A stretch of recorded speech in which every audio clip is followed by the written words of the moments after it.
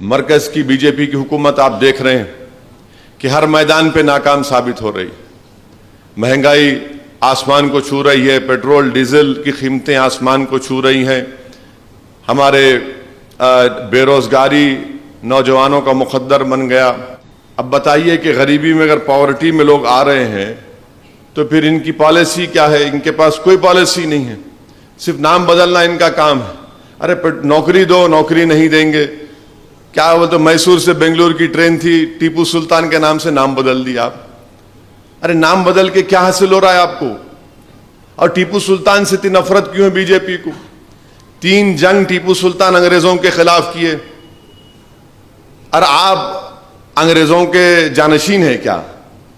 और वो टीपू सुल्तान जिसका जो हमारा जब 1950 में हमारा आईन बना, संविधान बना, उस कॉन्स्टिट्यूशन की पहली किताब में इस मुल्क के बड़े बड़े अजीम शख्सियतों की तस्वीर है। उस पहली कॉन्स्टिट्यूशन किताब में उसमें टीपू सुल्तान की भी फोटो है, उसमें राम की, लक्ष्मण की, सीता की तस्वीर है, गुरु नानक की है, झांसी की रानी की है, बादशाह अकबर की है, महावीर की है, गौतम बुद्ध की है।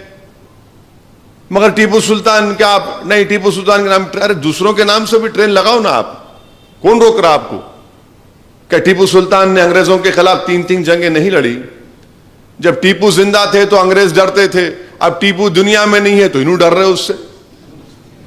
अजीब है ये, समझ में नहीं आता मेरे को। और वही टीपू सुल्तान है जिसका खानदान बर्बाद हो गया। दूसरे जो राजा रजवाड़े के जो लोग हैं भारत में, जो आज बीजेपी में हैं, वो अंग्रेजों के साथ मिल लिए थे, अपने तख्त को, अपने महल को, अपने दौलत को बचा ली अंग्रेजों से मिलकर।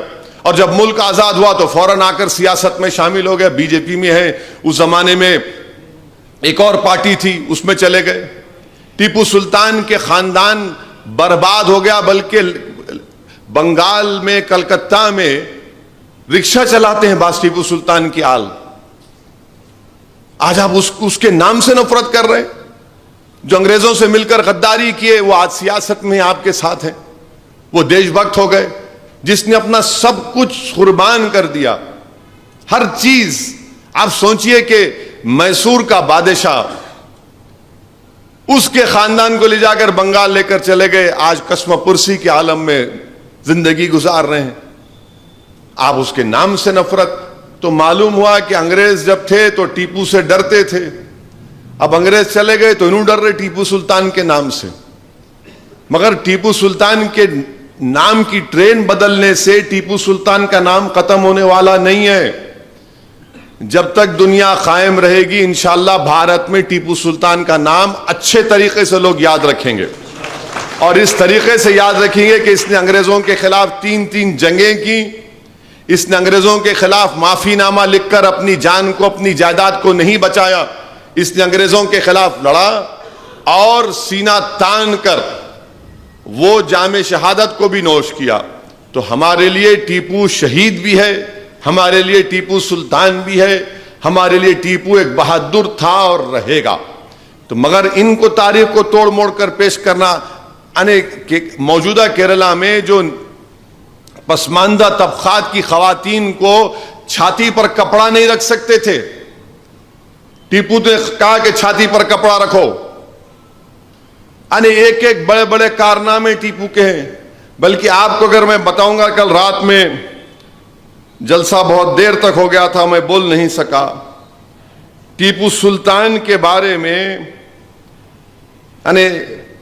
आज भी जो श्री रंगनाथ स्वामी की मंदिर है श्रीरंगापट्टनम में, टीपू ने 4 चांदी के बोल दिए थे, अभी भी इस्तेमाल हो रहे। और टीपू सुल्तान जब 1791 में मैसूर में बिदनूर में श्रीरंगगिरी मंदिर को मराठाओं ने उसको लूटा, वहां पर कई ब्राह्मण्स मारे गए। मंदिर की जो मूर्ति रहती शारदा, भगवान शारदा जिसको कहते हैं, उसकी मूर्ति की बेहरमती की।